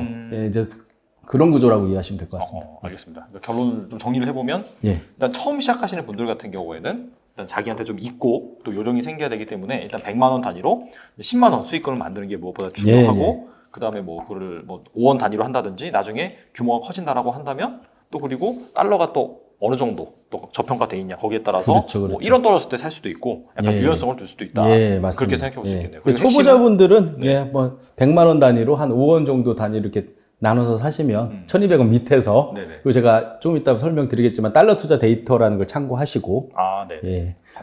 그래서 약간 간단하죠. 뭐 너무 복잡하게 설명을 하는데 사실은 간단해요. 그냥 1,200원 밑에서 네네. 10번 정도로 나눠가지고 이제 한 20번 정도를 추천하기는 해요. 왜냐면 20번 정도 떨어질 것도 이제 감안해서 해야 네네. 되니까. 네네네. 그래서 나눠서 샀다가 오르면 팔면 된다. 이거 끝이거든요. 네네네. 뭐 종목도 이미 정해졌고 종목 분석할 필요도 없고 아무것도 없어요. 그냥 진짜 돈 놓고 돈 먹기 같은 그런 투자예요. 근데 이게 제가 처음 투자하시는 분들한테 추천한 이유가 이걸 하다 보면 투자의 메커니즘을 깨닫게 돼요. 이 투자 방식을 그대로 주식 투자를 해도 먹혀 들어가고 네네. 부동산 투자도 제가 볼 때는 저는 부동산 투자로 가장 큰 돈을 벌기는 했지만 네네. 사실 이런 방식을 먼저 알았더라면 더 큰 돈을 벌었을 거라는 생각도 들더라고요. 알겠습니다. 아무튼 간에 앞서서 약간 좀 정리를 추가적으로 해드리면은 잔파도로 타는 게 좀 중요하다. 그죠? 하루에도 그렇죠. 0.5% 막 왔다 갔다 하는 건데 그 부분에 있어서 자기가 좀 시간을 할애해서 뭐 0.5% 올랐을 때 팔든지 사든지 그런 식으로 계속해서 단기 그 소액 이익 실현을 모아가다 보면은 큰 수익이 될 수 있다. 한 가지 첨언 드리면은 네. 분할 매수를 할 때도 네. 분할 매수는 아까 그 갭을 지키시는 게 좋아요. 그리고 첫 번째 산 금액이랑 두 번째 산 금액을 동일하게 이 정액법이라고 하거든요. 정액법. 예. 네네. 뭐 마틴게일 같은 거 타면 안 되고 마틴게일은 막 2배씩 투자하는 건데 아, 이거를 그 주식 투자 같은 경우는 해보셨을 거예요. 삼성전자를 100만 원어치를 샀어요. 네. 떨어져. 그래도 100만 원어치를 더 사면 이제 손익이 반으로 줄어들죠. 그렇죠. 그럼 다음에 또 100만 원어치 사면 되는데 떨어졌을 때 네. 200만 원을 사고 싶어져요. 그렇죠. 예, 손실을 갖다가 네네네. 손실을 줄이고 싶어서. 근데 계좌를 나누면 그런 마음이 이제 안 들어요. 그냥 똑같이 100만 원씩 할 수가 있어요. 그래서 이제 계좌를 나누는 게 예, 좋다. 그래서 그런 구조로 보시면 되고, 그래서 똑같이 하고, 제가 무슨 말씀을 드리려고 하냐면은, 살 때는 그렇게 정액으로 적정한 그 비율에 따라서, 근데 이 비율도 계속 들여다보면서 나는 5원 떨어지면 두 번째 사야지, 5원 떨어지면 두 번째 사야지, 이렇게 하시면 안 돼요. 그냥 자기 할 일 하다가, 네. 어느 날 궁금해서 쳐다봤는데, 5원 이상이 안 떨어져 있으면 안 사면 되고, 그렇죠. 5원 이상이 떨어졌어요. 네네. 15원 떨어졌어. 네. 땡큐죠. 네네. 만약에 들여다보고 있었으면 5원 떨어졌을 때 샀을 거 아니에요. 네네. 근데 자기 일 다 하다가 어느 날 갑자기 봤는데 15원이 떨어졌으면 땡큐 하면서 그때 안 사길 잘했다라고 하면서 두 번째를 사는 거예요. 네네. 이렇게 하시면 되고 팔 때는 제가 그냥 빨간색이면 파세요라고 얘기해요. 네. 아까 유의미한 수익이거나 네. 주식 투자 같은 경우는 변동성이 좀 크기 때문에 네네. 그냥 좀 달러 투자할 때하고 주식 투자할 때는 좀 다르긴 하죠. 네네. 주식 투자할 때는 그냥 빨간색이면 파세요라고 해요. 변동성이 크기 때문에 빨간색이면 팔았을 때도 이 심리적인 안정이 되는 게 빨간색인데 팔았는데 네네. 올라요. 네네. 그러면 나는 장기 투자용이 이미 있기 때문에 오르면 좋죠. 그렇죠. 근데 만약에 떨어져요. 떨어지면 더 싸게 살 수 있어서 좋아져요. 그렇죠. 그래서 어느 순간에도 마음이 편한 투자가 가능하기 때문에 네네. 달러 투자할 때는 유의미한 수익에 수익 실현하시고 주식 투자하실 때는 그냥 빨간색이면 수익 실현하시고 간단하죠, 뭐 네네. 사실. 예. 알겠습니다. 앞서서 그 뒤에 말씀을 해주신다라고 하는 부분이 있어서 뭐냐면은 그 달러 그 사고 팔 때 참고하는 지표 예. 그 부분만 좀 말씀해 주시면 될 것 같아요. 달러 부분에서. 네. 제가 이제 달러 투자 데이터라는 걸 만들었는데 제가 네네. 지은 이름이에요. 달러 투자 데이터라고 검색하면 제가 쓴 글만 나올 거예요, 아마. 그래요? 예, 제가 만든 거예요. 제가 이제 달러 투자를 많이 하다 보니까 제가 아까 1,200원 밑에서 산다고 했잖아요. 그건 그렇죠. 이제 한 50년간의 데이터를 통으로 놓고 봤을 때 중간 가격인 거잖아요. 그러다 보니까 장기 투자용으로는 이게 맞아요. 장기 투자하실 때는 그냥 1,200원 밑에 사시면 큰 문제도 발생하지 않고 장기적으로 봤을 때 손실 날 가능성이 거의 없다라고 보여져요, 저는. 네네. 그런데 단기 트레이딩을 하잖아요, 제가. 네네. 단기 트레이딩 하다 보니까 만약에 그냥 1,200원만 가지고 내가 기준 삼아 가지고 사고 팔고를 하다 보면은 진짜 50년을 기다려야 될 수도 있다라는 거잖아요. 그렇죠. 네. 예. 산술적으로만 보면. 네네. 그래서 제가 이걸 좀 좁혀야겠다라고 생각을 해가지고 원달러 환율이 52주를 기준으로 1년 중에 가장 높았을 때와 가장 낮았을 때의 중간 아래에서 사자라고 조금 세분화된 계획을 이제 전략을 짠 거죠. 네네. 근데 그걸 하고 나서 처음에는 제가 52주 데이터를 기준으로 4가지의 어떤 조건들을 만들어가지고 이거에 부합하면 그때가 달러 투자를 시작해도 좋을 때예요. 내가 가지고 있는 모든 원화를 몰빵할 때가 아니라 네네. 달러 투자 넘버 원이죠. 네네. 처음 시작할 때 타이밍을 잡는 게 이 달러 투자 데이터를 참고하면 되는데 이 달러 투자 데이터상의 조건이 4개가 있고 이 조건이 충족될 때마다 2개 이상이 충족되면은 사도 된다라고 이제 제가 말씀을 드리는데 네네. 이걸 계산하는 게 너무 힘든 거예요. 복잡하지는 않은데 네네. 지금 실시간 환율을 적용하고 52주 데이터는 또 달라지잖아요. 그렇죠. 예, 고가와 저가가 이걸 계속 그때그때 이렇게 갱신하는 게 힘들어가지고 아예 앱으로 만든 거예요. 그래서 아까 그 달러 리치라는 앱이 사실은 투자 관리도 할 수 있지만 이 달러 투자 데이터를 보실 수가 있어요. 그래서 그 달러 투자 데이터가 총 4가지 조건이 어떻게 돼 있냐면 첫 번째가 원달러 환율이 52주 최고가와 최저가의 중간 이하일 때 사세요라고 하고 네네. 실제로 현재 환율이 중간 이하면은 동그라미가 표시가 돼요. 예, 그리고 충족되지 않으면 X가 표시돼요. 그러니까 동그라미가 2개 이상일 때 사시면 되는 거예요. 그렇죠. 그리고 두 번째 조건이 뭐냐면은 달러의 원달러 환율은 달러 지수라는 달러 인덱스라고도 인덱스. 하죠. 네네. 그거를 추종해요. 그 추종한다라는 걸 저는 이제 믿고 투자를 하는 거예요.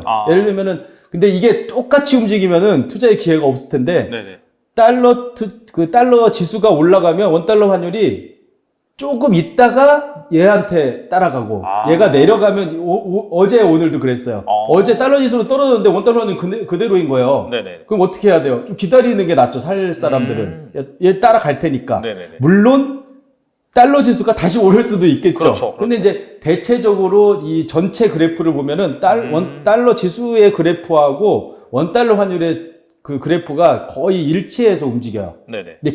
근데 이 시차가 있다. 시차는 있는 거죠. 그래서 제가 이제 달러 지수도 낮을 때 사면 네네. 달러 지수가 올라갔을 때 수익이 발생할 수 있는 구조일 거 아니에요. 원달러 환율이 올라갈 테니까. 그렇죠. 그래서 두 번째 조건은 뭐냐면은 달러 지수가 52주 최고가와 최저가의 중간 이하일 때 사세요. 라고 하는 거예요. 그래서 그 조건에 충족이 되면 또 동그라미가 표시가 돼요. 네. 지금 같은 상황은 X가 돼 있겠죠. 아마. 뭐 확인하지 않아도. 네. 그리고 세 번째가 뭐냐면 제가 이 2가지의 어떤 상관관계를 이용해서 달러 갭 비율이라는 걸 만들었어요. 달러 갭 비율이라고 이제 검색을 해보시면 그것도 제 글밖에 안 나올 거예요. 제가 만든 거예요. 그러니까 쉽게 말하면 야매인 거죠. 예. 야매로 제가 만들었는데, 제가 5년 동안 한 번도 잃지 않았으니까, 야매 아니네요. 증명은 된, 이 지표라고 볼 수 있겠죠. 네네. 이 달러 갭 비율은 원달러 환율하고, 아까 제가 추종한다고 했잖아요. 원달러, 그 달러 수익이 올라가는데, 이 원달러 환율이 여기에 있는 거예요. 얘가 따로 올라갈 힘이 있으려면 이게 갭이 넓어질수록 유리할 거 아니에요. 그렇죠. 넓어지면 넓어졌을 때 사면 좁혀질 때 수익을 얻을 수 있을 거 아니에요. 그렇죠. 그래서 달러 갭 비율은 제가 이제 이 수치화를 했는데 중간보다 더 넓어졌을 때가 O가 표시가 돼요. 네, 좁혀졌을 때는 X가 표시되고, 지금 그냥 추종하고 있어. 그냥 일치인 상황이에요. 네네. 그러면 달러 갭 비율이 좁혀져 있겠죠. 그러면 그때는 뭐 달러를 사기 별로 좋지 않은 상황이다. 이렇게 이제 생각을 하는 거예요. 근데 이 달러 갭 비율하고 같이 움직이는 게 네 번째 조건인 게, 달러 갭 비율을 가지고 그 현재 달러 지수하고 대입을 하면은 적정 환율이라는 게 산출이 돼요. 네, 그러니까 지금 정도의 달러 지수면 원달러 환율은 얼마였어야 되는 게 정상이야라는 데이터예요. 그러면 그거 이하로 사면은 이 원달러 환율이 달러 지수를 추종해서 수렴했을 때 수익을 얻을 수 있을 거 아니에요. 그래서 이 4가지 조건이 있는데 이 4가지 조건을 처음에 제가 엑셀로 계산해가지고 제 블로그에 올렸었어요. 가끔씩. 저도 귀찮으니까. 근데 사람들이 유용하게 사용하기는 하는데 저도 귀찮고 그러다가 이제 앱이 만들어진 거예요. 그래서 달러 리치라는 앱을 보시면은 그냥 앱만 키시면 그 OX 표시 그리고 현재 달러가 어느 정도 상황에 있는지 X라고 할지라도 중간가하고 가까이 부근에 붙어 있으면 그래도 살만한 때라고 볼 수도 있겠죠. 그것도 볼 수가 있고 중요한 거는 이게 이제 좀 더 고도화된 게 앱은 제가 계산할 필요가 없잖아요. 자동으로 움직일 거 아니에요. 그렇죠. 그러다 보니까 이걸 좀 더 좁힐 수도 있겠다 싶어가지고 6개월 데이터도 있고요. 그러니까 달러 투자 데이터, 1년 데이터, 6개월 데이터, 3개월 데이터, 한 달 데이터도 있어요. 그러니까 한 달로 진짜 짧게 이걸 하고 싶으시면은 한 달 데이터에서 동그라미가 2개 이상일 때 분할 매수를 시작하시면 돼요. 근데 대전제는 거기에 이제 지금 아마 얼마 전까지만 해도 한 달 데이터에는 동그라미가 2개가 떠 있었어요. 그러면 투자해야 될 때냐? 아니죠. 대전제인 1,200원 이상이잖아요. 그렇죠. 그래서 대전제인 1,200원 이하일 때 달러 투자 데이터 한 달짜리 좀 공격적인 투자자일 경우에는 보수적으로 접근하시려면 1년 데이터를 보시고 공격적으로 투자하고 싶은 분들은 한 달 데이터를 보시고 거기에 동그라미가 2개 정도 뜨면 초록색으로 표시돼서 제가 우리끼리는 이제 그린라이트라고도 불러요. 그린라이트가 2개 이상 되면은 네네. 그때 분할 매수의 첫 번째를 사고 거기서 한 5원 정도 떨어지면 두 번째 사고. 예, 그래서 뭐 이걸 종목 분석하고 뭐 이런 게 아니라 그냥 달러 지수 대비 우리나라 환율의 상황 뭐 이 정도만 보면 되기 때문에 되게 간단한 투자가 가능하죠. 그렇겠네요, 예. 진짜. 알겠습니다. 지금 달러 투자의 거의 모든 것에 대해서 지금 다 말씀해 주신 것 같아요. 네, 뭐 거의 모든 것은 아니죠. 그래요? 더 많이 있습니까? 지금 상당히 많이 말씀해 주셨는데 알겠습니다. 이 정도만 듣고 혹시 듣다가 이건 좀 애매하다 궁금하시다는 부분은 뭐 블로그라든지 또 채널도 지금 운영하고 계시고 그다음에 달러 리치인가요? 달러? 예, 달러 리치도 참고하시면 되고요. 알겠습니다. 참고하시면은 분명히 도움이 되실 거라고 적당한 회사를 적당한 가격에 사자. 돈 많이 벌고 빚 적고 현금 많고 해당 잘 주는 회사. 대형 우량주만 그냥 말씀을 드리면은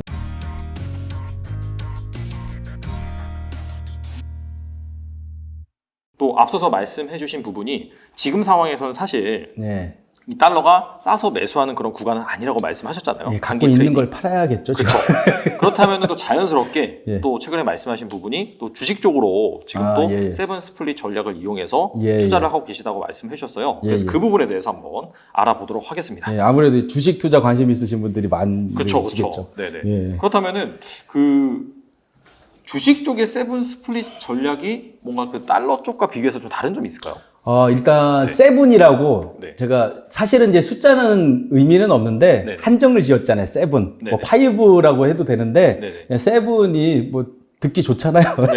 숫자이기도 하고 해서 얘가 세븐이라고 이제 이름 짓기는 했지만 이 주식 투자는 달러 투자는 하방이 견고하다고 했잖아요. 아무리 원달러 환율이 떨어져도 700원 이하로 떨어지기는 힘들어 뭐 이런 게 있는데 주식 투자는 이제 상장 폐지가 있잖아요. 그렇죠. 그래서 제가 한 7번 정도까지 분할 매수 하시다가 더 떨어지면 놔두세요라고 하는 거예요. 얘는 이제 가망 없으니까 기존에 어차피 한 방에 샀었어도 기다려야 되는 거 그나마 나눠 사가지고 평단가를 낮추기는 했을 거 아니에요. 그걸로 만족하고 기다리세요라고 해서 세븐 스플릿이라는 이름이 만들어진 거고 그래서 달러 투자하고 비교하면은 달러는 700 스플릿 해도 상관없다. 그런데 주식은 5번이나 7번 정도로 분할 매수하다가 더 이상 떨어지면 그냥 멈추시라. 예, 요게 가장 큰 차이라고 보면 되겠네요. 그리고 달러 투자는 계좌를 굳이 분리할 필요는 없지만 주식 투자는 계좌를 실제로 분리하는 게 맞다. 종목이 여러 개가 될 수 있으니까 그 말씀이시죠? 그렇죠. 종목이 저는 사실은 공개하는 1억 원 갖고 공개하는 그거 같은 경우에는 종목이 지금 투자를 한 번이라도 거쳤던 건 한 50개 이상 종목이었고 제가 이제 그때는 처음 시작할 때는 저도 약간 실험적으로 하고 싶어가지고 중소형 배당주를 가지고 한번 해봤어요. 저는 이제 대형 우량주 배당주만 가지고 세븐 스플릿을 해봤었는데 약간 실험적으로 중소형 배당주에도 통할까라고 싶어가지고 한번 해봤는데 제가 해본 결과로는 별로 맞지는 않는 것 같아요. 변동성이 워낙 심해서 그런가요? 이제 제가 잘못 실수를 한 것도 있었는데 뭐냐면 제가 재작년 11월에 투자했잖아요.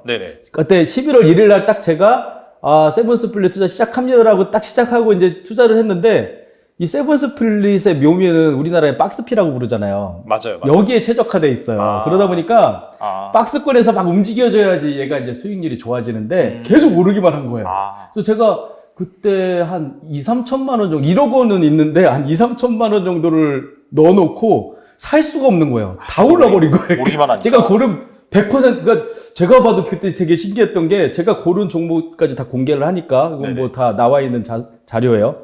제가 한 2, 30개 종목을 선정해가지고 세븐 스플릿 투자를 시작했는데 다 올랐어요. 다 30%, 50% 막 다 올랐어요. 그래서 제가 그때는 중소형주가 처음이라 오르는 것도 또 저는 이렇게 못 봤어요. 가속 변동성만 봤지. 그래서 너무 빨리 팔았어요. 한 30% 이상일 때 다 팔고 났더니 어떤 종목 막 2배 가기도 하고 3배 가기도 하고 막 하더라고요. 그래서 좌절했죠. 아, 그냥 가만 놔뒀으면 세븐스플릿 안 하고 그냥 가만히 있었으면은 좋았을 텐데 굳이 세븐스플릿 한다고. 근데 그때쯤만 해도 제가 좀 보여주는 계좌다 보니까 원래 제 본 계좌는 금액도 더 크고 우량주다 보니까 일본 계좌는 수익 실을 안 해요. 계속 갖고 있어요. 그냥 배당만 받고. 근데 얘는 이제 세븐스플릿을 보여줘야 되니까 너무 아무것도 안 하고 있으니까 제가 그러면은 종목을 좀 교체도 해야겠다라 생각해서 한 30% 이상 오른 종목들은 다 수익실을 해버렸더니 그 뒤로 더 올라버리고 살 게 없는 거예요. 그래서 그런 일을 겪었었는데 그러다가 한 작년 말 정도에 이제 또 배당 받으려면은 이제 종목을 이제 새로 이제 세팅을 해야 되는 상황이 있어가지고 그때는 이제 제가 좀 대형 우량주 원래 제 그 했던 대로 대형 우량주들 뭐 삼성전자 우선주라던가 현대차라던가 이런 것들을 이제 포트폴리오를 재구성을 시켰어요. 그래서 지금 이제 작년에 했던 종목하고 지금 했던 종목이 섞여가지고 지금 보유한 거 넘버 원이 보유하고 있는 거죠. 넘버 원이 보유하고 있는 게 한 50종목 정도 되고 그 중에서 이제 비중은 달라요. 대형 우량주는 좀 금액이 크고 예, 소형주들은 좀 이제 비중도 낮고 이렇게 하거든요. 그래서 뭐 종목도 공개가 가능하니까 알려드려요. 그러니까 뭐 50종목이나 지금 현재 보유를 하고 계신다라고 했는데 다 하는 건 사실 좀 대형 우량주는 21개니까 대형 우량주만 그냥 말씀을 드리면은 요 계좌 지금 보시면 19개가 만들어졌잖아요. 실수로 만든 거예요. 이런 거 처음 보셨죠? 쿨하게 인정을 하시네요. 제가 7개만 만들어서 이렇게 만들면 됩니다. 블로그에 올리려고 이렇게 하다 보니까 실수로 어떻게 하다 보니까 19개가 만들어졌어요. 그래가지고 지금 보시면 넘버 원이잖아요, 얘가. 그러면은 쌍용 CNE가 그래도 지금 상황이 좋네요. 이거는 이게 대형 우량주에 속해 있는 건가요? 쌍용 CNE가. 쌍용 CNE, KT 제가 이걸로 보여야겠다. 포스코 인터내셔널, 제일기획, 삼성카드, KTNG, NH투자증권, 삼성물산, 삼성전자 우선주, SK 대신증권, 삼성증권, 대상, 현대차 우선주, 삼성생명, GS리테일, 키움증권, 포스코, 한국금융지주, LS, LG 여기까지네요. 근데 제가 종목을 이렇게 다 공개할 수 있는 게 이유가 있어요. 이 종목 들으신 분들 저거 사면 되나? 라고 생각이 드실 수 있는데 큰 실수하시는 거예요. 제가 항상 드리는 말씀이 저는 전문가도 아니고 고수도 아닙니다. 그냥 일반적이고 평범한 사람인데 그냥 경험이 있을 뿐입니다. 라고 얘기하는데 달러 투자는 경험이 많아요. 근데 주식 투자는 일반적이고 평범한 사람 딱 그 수준밖에 안 돼요. 그러니까 세븐스플릿으로 투자하는 거는 제가 누구보다도 잘하겠지만 종목을 보는 눈은 그냥 일반적이고 평범하다는 얘기예요. 지금 종목 들어보시면 아시겠지만 그냥 그런 종목인데 뭐 대단한 뭐 종목들이 아닌데라는 생각이 드실 거예요. 근데 보면 대형주도 있지만 뭐 쌍용 CNE 같은 경우에는 그래도 좀 배당주 중에서 어느 정도 좀 뭐 가치 투자를 한다든지 공부를 하신 분들이 접근할 수 있을 만한 그런 종목이긴 하거든요. 제가 아까 구분은 한 시총 뭐 한 3천억 이하 정도는 이제 소형주로 본 거고 그 이상은 그냥 약간 규모가 있다라고 이제 대형주라고 얘기한 건데 제가 어떻게 말씀을 드리면 좀 이해가 쉬우냐면은 워런 버핏이 이런 말을 했어요. 탁월한 기업을 적당한 가격에 사라. 그러니까 아주 좋은 기업이라면 좀 주가가 높더라도 사라 라는 말을 했어요. 그리고 이 말을 빗대서 우리나라에 또 투자 잘하시는 가치 투자에 또 대가이신 어떤 분이 나는 적당한 기업을 탁월한 가격에 산다라는 말을 했어요. 이게 뭐 어떤 뜻이냐면은 그냥 적당한 회사예요. 그런데 가격이 탁월하면 싸게 샀으니까 수익을 얻을 수 있다 이런 의미예요. 근데 이 두 가지의 가르침을 제가 딱 받고 나서 들었던 생각은 나는 탁월한 기업이 어딘지도 모르고 밸류에이션도 할 줄 모르니까 탁월한 가격이 얼마인지도 모르는 거예요. 이제 현실은. 그래서 제가 어떻게 생각했냐면 그러면 나는 그냥 적당한 회사를 적당한 가격에 사자.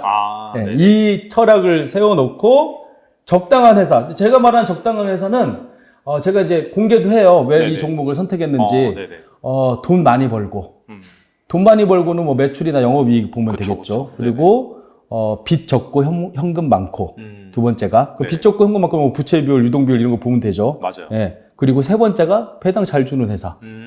제가 지금 말씀드렸던 종목들이 그냥 재무제표 보면은 그냥 다 이 플러스인데다가 네네. 현금하고 이런 보유량이 그나마 좀 많이 있고 그리고 우량하고 네네. 그리고 배당주 잘 줘, 고배당주들이니까 네네. 그런 종목들이에요. 그러니까 적당한 회사죠. 이 종목을 제가 말씀드렸다라고 해서 따라 하시면은 이런 경우도 있어요. 세븐 스플릿으로 안 하면 손실이 발생해요. 근데 세븐 스플릿으로 해야지 수익이 발생하는 경우가 있어요. 어떤 경우냐면은 가격이 만약에 뭐 10만 원이었어요. 네네.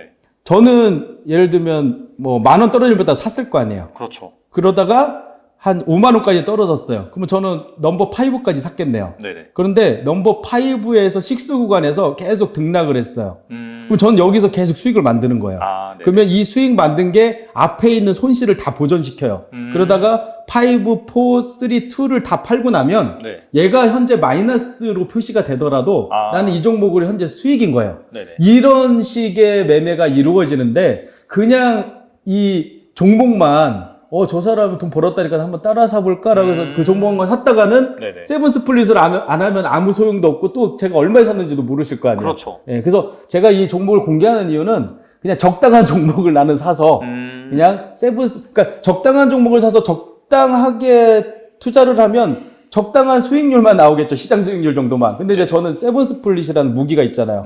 예, 그래서 적당한 기업을 좀 특별한 방식으로 투자를 했더니 지금 상황에 아까 그 종목들을 그냥 생으로 투자했다면 보유하고 있었다면 네네. 저도 마이너스겠죠. 네네네. 지금 지수가 뭐 3,000 이상에서 지금 2,600까지 떨어졌는데 10% 빠졌어요? 예. 근데 저는 플러스잖아요. 어. 이게 이렇게 했기 때문에 저는 밑에서 계속 스위치는 해가지고 현금을 계속 확보해 놓고 있고 넘버 원인 종목들은 마이너스를 표시되어 있지만 네네. 실제로는 수익인 종목들이라는 거죠. 이제 그런 차이로 이해하시면 될 것 같아요. 그러면은 어차피 이 종목을 이제 그 세븐 스플릿 관점에서 사고 예. 팔고 하긴 하지만 예. 지속적으로 계속해서 이제 투자를 하고 계신 거긴 하네요. 그렇죠. 그러니까 저는 아주 간단하게 이것도 막 50개 종목이나 이것 7개로 계좌 나누면 막 되게 복잡하고 생업을 해야 되는데 저는 그 모바일로만 거래해요. 심지어 단기 트레이딩을 하는 거잖아요, 실제로. 근데 네네. 단기 트레이딩을 하는데 모바일로만 거래하고 하루에 제가 거래하는 시간이 전체 다 합하면 한 뭐 30분도 안 돼요. 그러니까 직장인들이 점심시간에 할 수 있을 정도의 수준인 게 저는 네네. 어떤 식으로 하냐면은 아침에 봐요, 계좌를. 그리고 나서 많이 떨어지잖아요. 네네. 만약에 내가 한 넘버 3까지, 세 번째 계좌까지 막 계속 떨어져서 사놨던 종목인데, 그럼 세 번째가 그 기준이 되는 거예요. 네네. 세 번째에서 더 떨어져요. 그런 종목들은 이제 가격 소팅을 하면, 손실률 세팅을 하면 이렇게 그 손실률 순서대로 쭉 나오거든요. 네네네. 그러면 그 중에 한 2-3개 정도를 다음 계좌에서 사는 거예요, 그냥. 이게 이제 매수의 전부예요. 예, 뭐 이 기업이 무슨 일이 생겼고 이런 것도 안 봐요. 나는 이미 이걸 처음에 살 때 분석을 해서 재무제표 보고 적당한 회사를 고른 거고, 그 다음부터는 이 시스템에 의해서 그냥 이루어지는 거예요. 그리고 팔 때도 되게 간단한 게 열어요. 그래서 네네. 1번 계좌 한번 보고, 1번 계좌는 안 팔 거니까 일단 안 봐도 되고, 2번 계좌, 이게 순서대로 이 배치가 돼 있겠죠. 아무래도 7번에 있는 종목은 저는 한 종목밖에 없어요. 그러니까 7번이나 매수한 건 한 종목밖에 없고, 네네. 6번째까지 매수한 건 한 2개인가 3개 있고. 네. 예, 그러니까 점점 줄어들겠죠. 그러면 이제 맨 마지막 것부터 봐요. 왜냐면은 가장 싸게 샀겠죠. 그렇죠. 예, 그러면은 7번 계좌를 7번 계좌는 아예 없구나. 지금 6번 계좌가 한 종목 있네요. 네. 예, 6번 계좌를 먼저 딱 열어봐요. 근데 마이너스 상황이에요. 넘어가요, 그냥. 그리고 5번째 계좌는 이제 올라가서 봐요. 네네. 빨간색이 보인다. 뭐 이게 뭐 왜 올랐는지 어떻게 했는지 나는 몰라. 그리고 팔고 나면은 얘가 좀 시간이 지나면 더 떨어지던가 더 올라갔던가 했을 거 아니야. 더 올라가면 나머지 애들이 올라갔으니까 좋고, 더 떨어지면 그때 팔길 잘한 거죠. 또 사면 되니까. 더 낮은 가격에. 네네. 이걸 계속 반복하는 거예요. 그러니까 하루에 드리는 시간이, 그리고 제가 이 얘기를 해요. 달러 세븐 스플릿이던 주식 세븐 스플릿이던 계좌 확인을 안 하면 안 할수록 수익률이 좋다라는 얘기를 하거든요. 근데 저는 이제 백수다 보니까 할 일이 없다 보니까 그나마 하루에 이 정도를 보는 거지. 네네. 아예 뭐 어디 놀러 가거나 그러면 아예 안 봐요. 예. 이게 왜 좋냐면은 내가 빨간색이면 판다고 했잖아요. 네네. 실제로 이게 보고 있다가 빨간색이면 팔면 뭐 2%, 3% 수익밖에 안 나와요. 근데 내가 딴짓하다가 네네. 한 이틀, 3일 정도 후에 어디 놀러 갔다가 와가지고 봤는데 막 15% 올라 있고, 나는 원래 내가 이걸 계속 들여다보고 있었으면 3%면 수익 실현했을 종목인데 네네. 더 많이 올랐을 때 팔 수 있잖아요. 네. 그렇죠. 그래서 이게 분할 매수, 분할 매도라서 가능해요. 이걸 한 방에 사서 한 방에 파는 거면 타이밍을 놓쳐버리면 뭐 이 문제가 되잖아요. 네네. 제가 이 시스템이 좋은 이유를 사람들 심리라고 하죠. 우리 손실 회피 편향도 있고 막 이런 것들 때문에 내 그 스스로를 제어를 못 해요. 그래서 네네. 분할 매수, 분할 매도가 안 되는데 네네. 이 세븐 스플릿 투자 시스템으로 계좌를 분할해서 제가 말씀드렸던 방법대로 하면 돼요. 예. 우리가 그 아침에 일어나야지 마음만 먹으면 안 되는데 알람을 키면 되듯이 이게 네네. 돼요. 네네. 근데 제가 이걸 실제로 경험을 했던 게 제가 요 세븐 스플릿으로 투자 경험이 한 5년 정도 되니까 네네. 저는 이 세븐 스플릿이 아니더라도 이렇게 할 수 있을 것 같잖아요. 네네. 못해요. 제가 요즘 엄청난 조롱을 받고 있는 게 있는데 블로그에 제가 글을 썼더니 네네. 그 블로그 조회수가 한 14만 나오는데 그렇게 많이 예, 블로그 글이 그렇게 나오는 거 쉽지 않거든요. 그렇죠. 네. 근데 그 글이 뭐냐면은 제가 LG 에너지 솔루션을 산 것에 관한 내용이에요. 근데 LG 에너지 솔루션을 제가 그 얼마 정도를 투자했지? 한 50주를 받았으니까 네네. 기억도 안 나네. 하여튼 많은 금액을 투자를 했어요. 많은 금액을 투자하고 50주 정도를 받았으니까 원금이 한 1,500만 원 정도 되겠네요. 네. 그리고 나서 근데 그건 청약이잖아요. 네네. 제가 원래 했던 방식대로라면은 LG 에너지 솔루션이라는 거를 투자를 할 때 넘버 원이 사고 좀 떨어지면 또 사고 이렇게 했었어야 되는데 네. 청약은 한 번에 살 수밖에 없잖아요. 그렇죠. 그러다 보니까 한 번에 샀어요. 네네. 청약을 바꿔서 지금 플러스이기는 해요. 네네. 하지만 주가가 확 떨어졌잖아요. 네네. 원래 제 시스템으로 분할 매수를 했다면 분할 매도를 했었겠지만 그리고 60만 원까지 올랐을 때 팔았겠죠. 네네. 근데 한 번에 사니까 분할 매도가 안 되는 거예요. 저조차도. 네네. 저는 이제 경험이 쌓여서 세븐 스플릿 없어도 분할 매수 할 수 있을 거야라고 생각했는데 안 돼요. 시스템이 받쳐주지 않으면 저도 그냥 나약한 일반적이고 평범한 인간이었던 거예요. 그래서 제가 그 깨달음을 얻고 지금 뭐 다행히 플러스이기는 한데 60만 원에 못 팔고 지금 36만 원 정도까지 떨어졌으니까 이 가슴이 쓰리죠. 근데 뭐 저는 손절매를 안 해요, 주식도. 예, 그리고 뭐 그냥 놔두기는 할 건데 그리고 뭐 전체 제 포트폴리오에 비하면 뭐 큰 금액은 아니니까 기다리고는 있는데 제가 이제 그 깨달음을 얻은 거죠. 예, 분할 매수하지 않으면 분할 매도도 안 되는구나. 예, 그래서 여러분들이 만약에 이건 되게 좋은 방법이잖아요. 제가 막 무슨 되게 이상한 특별한 방법을 알려드리는 게 아니라 마치 이제 이런 거죠. 조깅을 하면 다이어트가 돼요를 알려드리는 거예요. 네. 근데 뭐 어떤 분 같은 경우에는 암벽을 타면 기분이 상쾌해져요. 이걸 따라하면 죽을 수도 있죠. 네네. 근데 저는 지금 조깅을 하면 몸이 건강 다이어트가 되요라는 말씀을 드리는 거예요. 그렇죠. 분할 매수, 분할 매도는 효과가 있을지 없을지는 모를 수 있지만 부작용은 없어요. 그래서 분할 매수, 분할 매도를 한번 해보시는데 이 세븐 스플릿이라는 투자 시스템을 한번 해보시라는 거를 이제 제가 추천을 드리는 거죠. 예. 알겠습니다. 확실히 좀 어떻게 사고 파는지 그런 부분을 시스템화해서 그래야지 네. 나의 감정을 배제할 수 있고 그렇죠, 또 그렇죠. 이렇게 예. 샀을 때 사고 비쌌을 때 팔 수 있는. 예. 그런 저도 안 돼. 감각이 깜짝 놀랐어요. 저는. 한 방에 사면 네. 한 방에 팔 수밖에 없구나 사람의 마음이. 네네. 그래서 제가 요즘 쓰고 있는 책이 인간 가제는 네네. 그 투자를 망치는 인간의 마음 뭐 21가지 뭐 이런 식으로 해가지고 네네네. 손실 회피 편향 뭐 앵커링 효과 뭐 이런 것들을 이제 다루는 글을 하나 쓰고 있는데 네네. 일단 제가 사람은 고쳐 쓰는 것이 아니다라는 말을 제 스스로한테 적용을 해요. 네네네. 저도 안 되더라고요. 예, 이 시스템을 만들어 놓지 않으면 네네. 예, 그래서 여러분들이 꼭 세븐 스플릿이 아니더라도 어떤 이 시스템화하는 어떤 투자 패턴을 갖다 만드셔가지고 네네. 그거에 이제 나를 맞추고 그게 나를 통제하게끔 하는 네네. 그런 구조를 만드시면 조금 투자하는데 그런 이 인간의 마음 때문에 네네. 이 투자를 망치는 일이 내동매매라고 하죠. 그렇죠. 예, 내동매매를 좀 줄일 수 있는 길이 되지 않을까라는 말씀을 드리는 거죠. 알겠습니다. 지금까지 이제 주식 투자에 관한 그런 말씀해 주셨는데, 예. 물론 서두에도 약간 말씀해 주셨는데, 분명히 이제 작가님을 보고, 나도 좀 월급 노예긴 한데, 정말 어떻게 경제적인 자유를 이룰 수 있을까라고 고민을 하시는 분들을 위해서 좀 어떠한 과정을 거쳐야 되는지 그런 부분에 대해서 좀 말씀해 주시면 좋을 것 같습니다. 일단은 제가 얼마 전에 그 텐인텐이라는 좀 재테크로 유명한 카페가 있어요. 예, 그 카페 대표님을 저도 이제 유튜브를 하니까 인터뷰를 했는데, 네.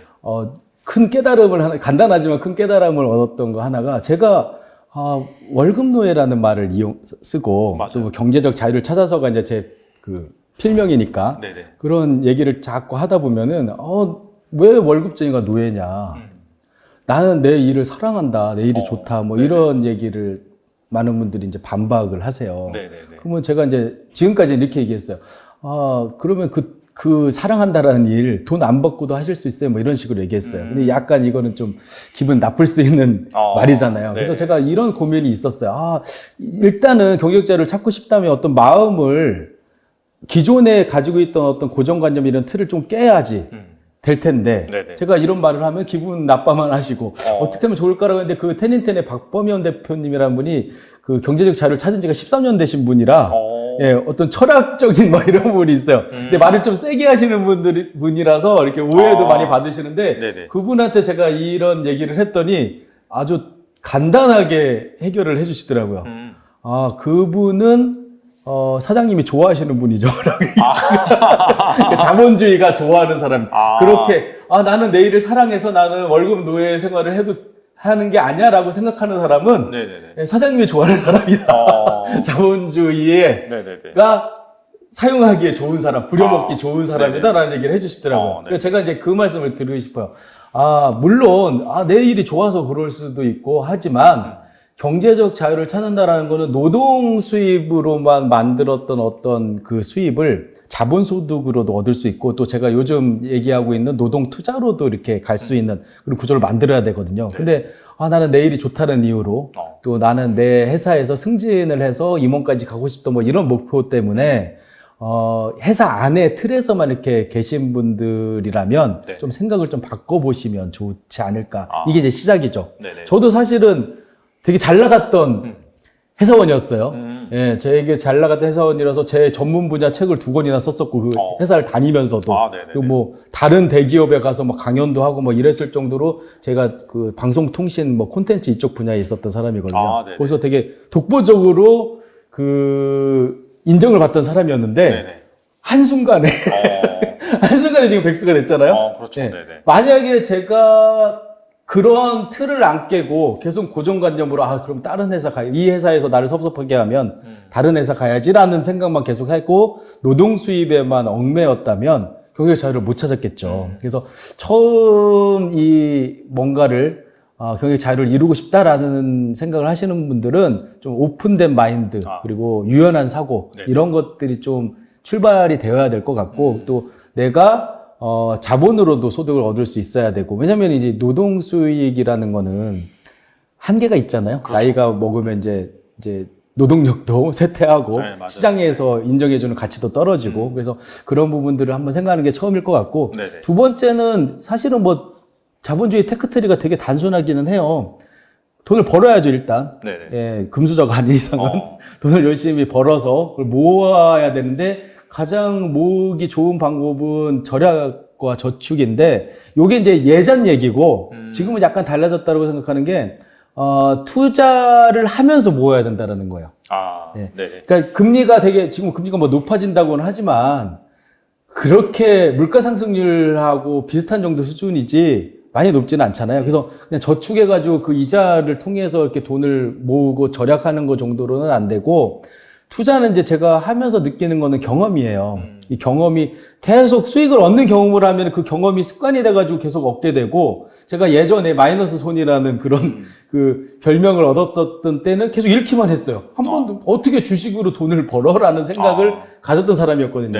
그랬을 때는 계속 손실의 경험을 하다 보니까 그게 습관이 돼가지고 당연히 주식 투자하면 잃는 건 당연한 거 아니야 라는 생각이 들었었거든요. 그래서 제가 말씀드리고 싶은 부분은 투자를 두려워하지 마시고 아까 말씀드렸던 쉬운 투자도 있잖아요. 제가 세상에서 가장 쉬운 투자가 달러 투자라고 말씀을 드리는데 쉬운 투자부터 접근을 하셔가지고 뭐 배당주 예, 배당주 관련된 책도 쓰신 걸로 맞아요. 알고 있는데 저도 갖고 있어요.